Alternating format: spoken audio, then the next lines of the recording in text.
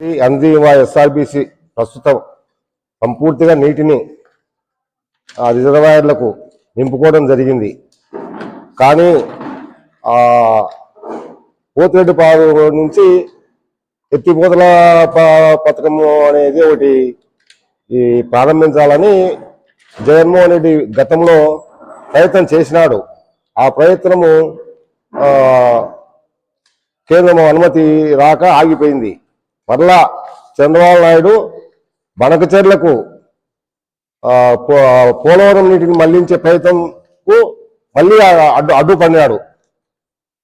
ఇక్కడి నుంచి పెన్నా నదికి మొత్తం నెల్లూరు అన్ని రాయలసీమ జిల్లాలకు నీటిని అందించడం జరుగుతుందని తెలియజేస్తున్నాను.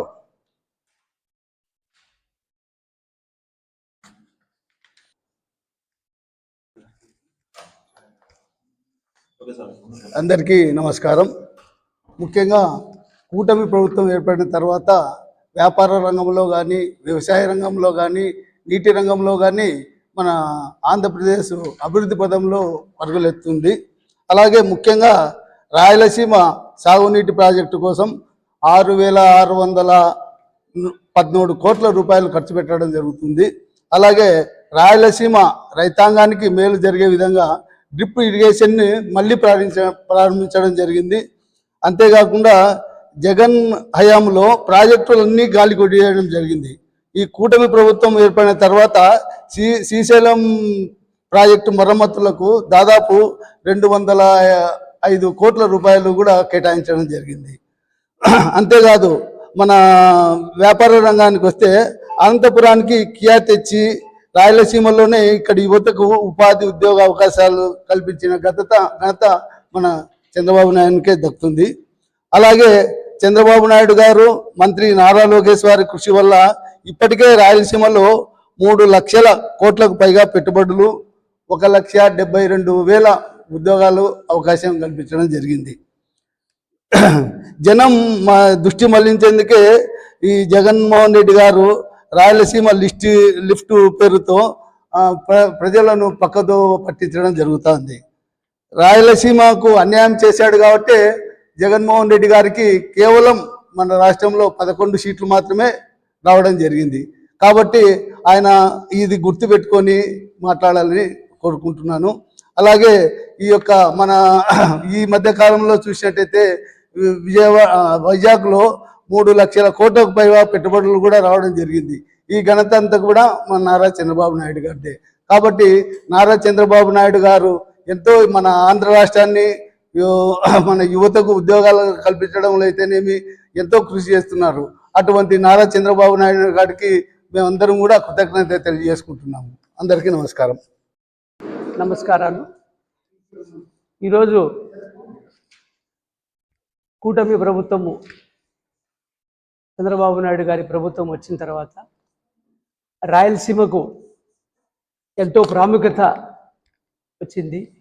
అనేక పెట్టుబడిదారులు వస్తున్నారు. అటు పరిశ్రమలు కానివ్వండి, ఇటు నీటి వ్యవస్థ కానివ్వండి, కాలువల మరమ్మతులు కానివ్వండి, ఇటు శ్రీశైలం డ్యామ్ మరమ్మతులు కానివ్వండి, అన్ని కార్యక్రమాలు చంద్రబాబు నాయుడు గారు వచ్చిన తర్వాత అభివృద్ధి పథకంలో జరుగుతుంది. జగన్మోహన్ రెడ్డి ఉన్నప్పుడు గత 5 సంవత్సరాల్లో ఏ ఒక్క ఉద్యోగం కూడా వేయలేదు. డిఎస్సి వేస్తామని చెప్పి ఎలక్షన్ మూమెంట్లో లాస్ట్ వరకు కూడా ఆశ పెట్టారు, కానీ డిఎస్సి వేయలేదు.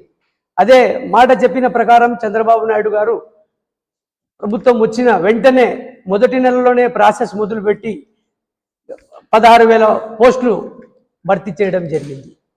అదేవిధంగా వచ్చిన తర్వాత నీటి ప్రాజెక్టులలో ఎక్కడెక్కడ నీటి ప్రాజెక్టులకు ఏం అవసరం పడుతుంది అనే ఆలోచనతో ఒక కార్యక్రమం రూపొందించి ప్రతి యొక్క డ్యామ్కు మరమ్మతుల కోసం ఈ యొక్క ఖర్చు పెట్టడం జరిగింది చంద్రబాబు నాయుడు గారు.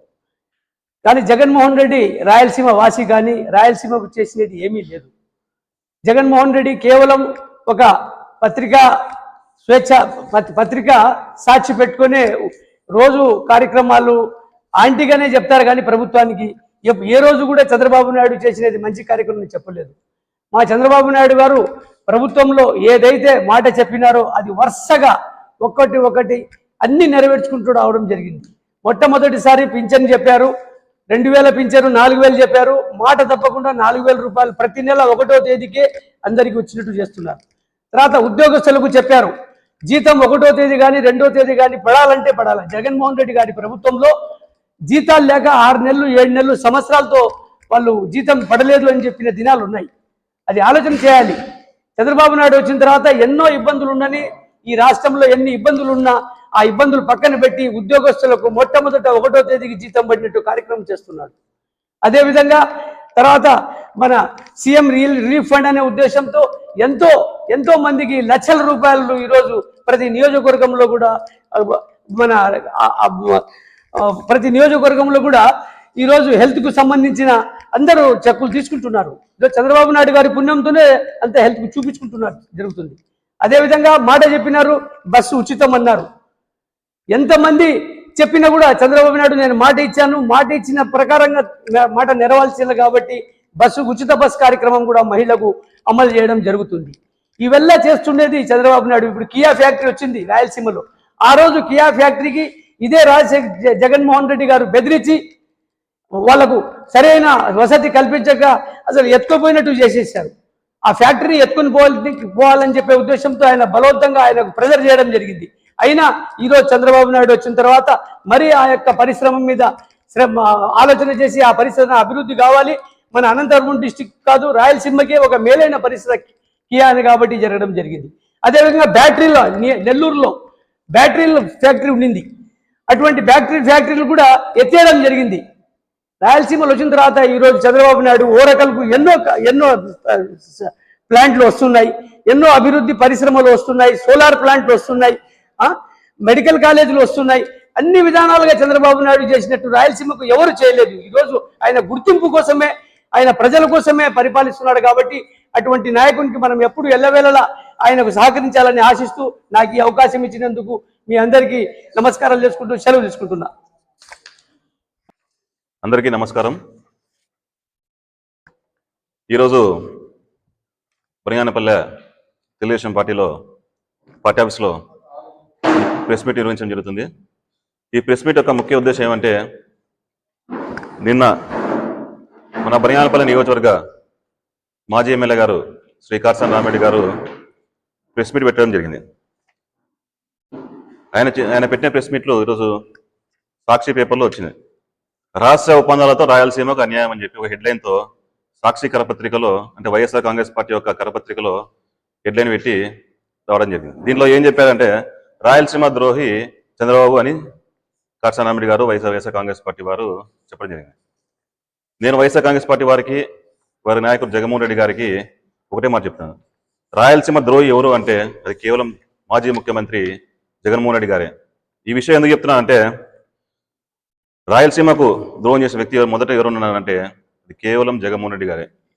2024 ఎలక్షన్స్లో మొత్తం రాయలసీమ జోన్ మొత్తంలో దగ్గర 50 పైచీలకు అసెంబ్లీ స్థానాలు ఉంటే వాటిలో కేవలం మీకు వచ్చిన స్థలాలన్నీ 7 మాత్రమే. ఇదొక్క విషయం చాలు రాయలసీమ ద్రోహి ఎవరు అని. ప్రజలు మీకు 2024లో బుద్ధి చెప్పారు. చంద్రబాబు నాయుడు గారి నాయకత్వం మీద, కూటమి ప్రభుత్వం మీద నమ్మకం ఉంది కాబట్టి ఆ రోజు రాయలసీమకు సంబంధించినటువంటి ప్రతి నియోజకవర్గంలో ప్రజలు పెద్ద ఎత్తున కూటమి ప్రభుత్వానికి సపోర్ట్ చేసి, మద్దతు చేసి, ఓట్లు వేసి గెలిపించడం జరిగింది. దాదాపు 90% సీట్లు కూటమి ప్రభుత్వం గెలుచుకోవడం జరిగింది. తర్వాత 5 ఏళ్ల కాలంలో మీరు అప్పుడున్న జగన్మోహన్ రెడ్డి గారు ముఖ్యమంత్రిగా ఉన్నప్పుడు రాయలసీమకు లిఫ్ట్ ఇరిగేషన్ ఒక మభ్యతో తన పార్టీకి సంబంధించిన కాంట్రాక్టర్లకు కాంట్రాక్ట్ వర్క్లు ఈయన తప్ప ఈ లిఫ్ట్ ఇరిగేషన్ అనేది లేవెత్తడం జరిగింది. తర్వాత మొత్తం 198 ప్రాజెక్టులు, రాయలసీమ మొత్తంలో 109 ప్రాజెక్టులు ఉంటే దాంట్లో 102 ప్రాజెక్టులు జగన్మోహన్ రెడ్డి గారు గాలికి వదిలేయడం జరిగింది. అంటే నిర్మాణంలో ఉన్నటువంటి ప్రాజెక్టులు వదిలేసి వారి కాంట్రాక్టర్లకు లబ్ధి చేర్చేలా ఆయన గతంలో నిర్ణయాలు తీసుకున్నాడు. ఆయన ఎప్పుడైనా సరే రాయలసీమ ప్రజలకు కానీ, రాయలసీమ రైతులకు కానీ ఉపయోగపడే నిర్ణయం ఏదీ తీసుకోలేదు. ఇందాక బుర్హానుద్దీన్ గారు చెప్పారు, రాయలసీమలో అనంతపురం జిల్లాలో కియా ప్రాజెక్ట్ తెచ్చాడు. కియా ప్రాజెక్ట్ రావడం వల్ల అనంతపురం జిల్లాకు ఈ రాయలసీమలో దగ్గర 1,00,000 పైనే ఉద్యోగాలు కల్పించారు. అంటే యువతకు ఉపాధి కల్పించడం కదా, రైతులకు మేలు కాదా? తర్వాత విభజన చట్టం ప్రకారం మనకు ఎన్జిటి అనుమతి లేనిది ఏ ప్రాజెక్టు స్టార్ట్ చేయకూడదు.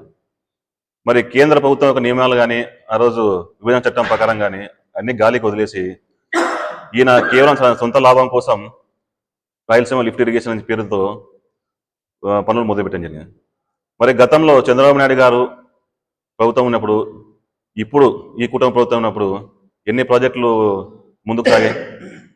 ఈరోజు దగ్గర 738 కిలోమీటర్ల దూరం ఉన్న కుప్పం నియోజకవర్గానికి, కుప్పం రైతులకు నీరు ఇవ్వడం జరిగింది. అంటే దగ్గర 730 కిలోమీటర్లు మీద రైతులు ఉపయోగపడే కాలువ నీళ్లు అందించారు. మరి అది రైతులకు ఉపయోగం కాదా? మీరే చెప్పాలా. తర్వాత రాయలసీమలో ఏదైనా సరే నీటి నిలువ ప్రాజెక్టులు నువ్వు ఏదైనా చేసావా? రైతులకు ఉపయోగపడే నీటి నిలువ ప్రాజెక్ట్ ఏదైనా చేసావంటే ఏదీ లేదు. కేవలం కుటుంబ ప్రభుత్వం మీద బురద జల్లాలా, ఏదో ఒకటి మభ్య పెట్టి ప్రజలను మోసం చేయాలా? గతంలో ఏ రకంగా అయితే మీకు ఎన్ని ఓట్లు ఇచ్చి ఎన్ని సీట్లు ఇచ్చారో 2024 దానికి సగం తీసేశారు. కేవలం 7 సీట్లు మాత్రమే ఉన్నాయి. మొత్తం స్టేట్ వైడ్ 11 సీట్లు మాత్రమే ఉన్నాయి. మరి రాయలసీమ ద్రోహి నువ్వా ఎవరో మీరే చెప్పాలా. తర్వాత దగ్గర 109 ప్రాజెక్టులు ఉంటే అందులో 102 ప్రాజెక్టులు క్లోజ్ చేసిన ఘనత ఎవరిదైనా అంటే అది కేవలం జగన్మోహన్ రెడ్డి గారిది. దాంట్లో మన రాయలసీమకు సంబంధించి కర్నూలు జిల్లాలో 25 ఉన్నాయి, చిత్తూరు జిల్లాలో 25, కర్నూలు జిల్లా 9, కడపలో 14, అనంతపురం జిల్లా 38 ప్రాజెక్టులు, తర్వాత మరో 16 చిన్న చిన్న ప్రాజెక్టులు పక్కకు పెట్టేసిన ఘనత ఎవరిదైనా ఉందంటే అది కేవలం జగన్మోహన్ రెడ్డి గారిదే. ఏదైనా ఒక ప్రాజెక్టును ముందుకు తీసుకెళ్ళవా? నిర్మాణం ఉన్న ప్రాజెక్టులను వదిలేసి కొత్తగా కాంట్రాక్టర్లకు లబ్ధి పూర్చేలా ఏదైనా ప్రాజెక్ట్ చేసావు కానీ రైతులకు ఉపయోగపడే ప్రాజెక్ట్ ఏదైనా కానీ 5 ఏళ్ల హయాంలో ఏదైనా చేసావా అంటే ఏదీ లేదు.